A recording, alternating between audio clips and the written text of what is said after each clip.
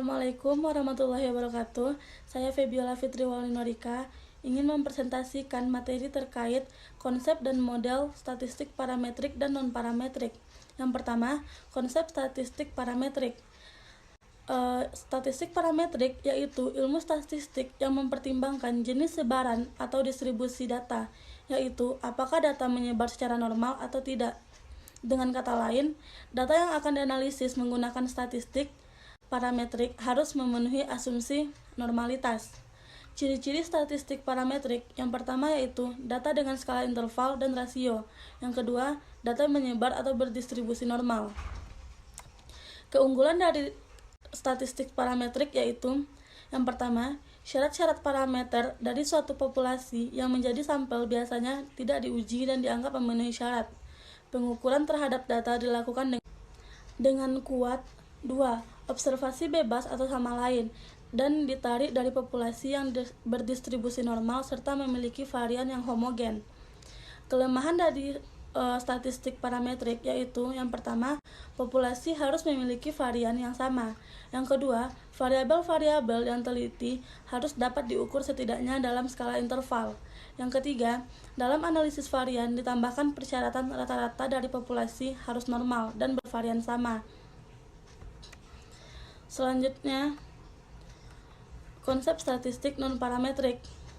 Statistik non-parametrik adalah tes yang modelnya tidak menetapkan syarat-syaratnya yang mengenai parameter-parameter populasi yang merupakan induk sampel penelitiannya.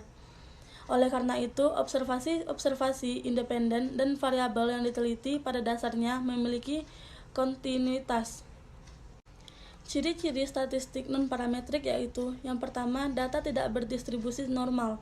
Yang kedua, umumnya data berskala nominal dan ordinal. Yang ketiga, umumnya dilakukan pada penelitian sosial. Selanjutnya, umumnya jumlah sampel kecil. Keunggulan dari statistik non-parametrik yang pertama yaitu tidak membutuhkan asumsi normalitas.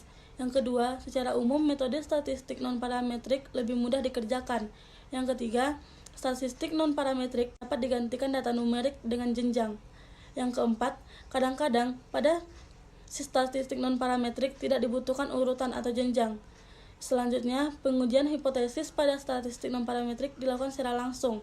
Yang keenam, walaupun data statistik non-parametrik tidak terikat pada distribusi normal populasi, tetapi dapat digunakan pada populasi berdistribusi normal. Kelemahannya yang pertama, statistik non-parametrik terkadang mengabaikan beberapa informasi tertentu. Yang kedua, hasil pengujian hipotesis dengan statistik non-parametrik tidak setajam statistik parametrik. Yang ketiga, hasil statistik non-parametrik tidak dapat dieksploitasikan ke populasi tadi seperti pada statistik parametrik. Model statistik parametrik. Pengujian data melalui statistik parametrik disyarati dengan adanya sejumlah anggapan-anggapan yang kuat yang mendasari penggunanya. Manakala anggapan-anggapan itu terpenuhi, pengujian parametrik inilah yang paling besar kemungkinannya untuk menolak H0 ketika H0 salah. Artinya, kalau data penelitian dianalisis secara tepat dengan pengujian parametrik, pengujian tersebut akan lebih kuat dari pengujian manapun dalam hal penolakan terhadap H0 jika H0 salah. Beberapa unsur-unsur dari model pengujian dengan statistik parametrik diantaranya yang pertama yaitu objek pengamatan harus saling independen. Yang kedua, objek pengamatan harus ditarik dari populasi yang berdistribusi normal. Yang ketiga, populasi di mana objek pengamatan ditarik harus memiliki varians yang sama. Yang keempat, variabel-variabel yang terlibat harus setidaknya dalam skala interval. Yang kelima, rata-rata populasi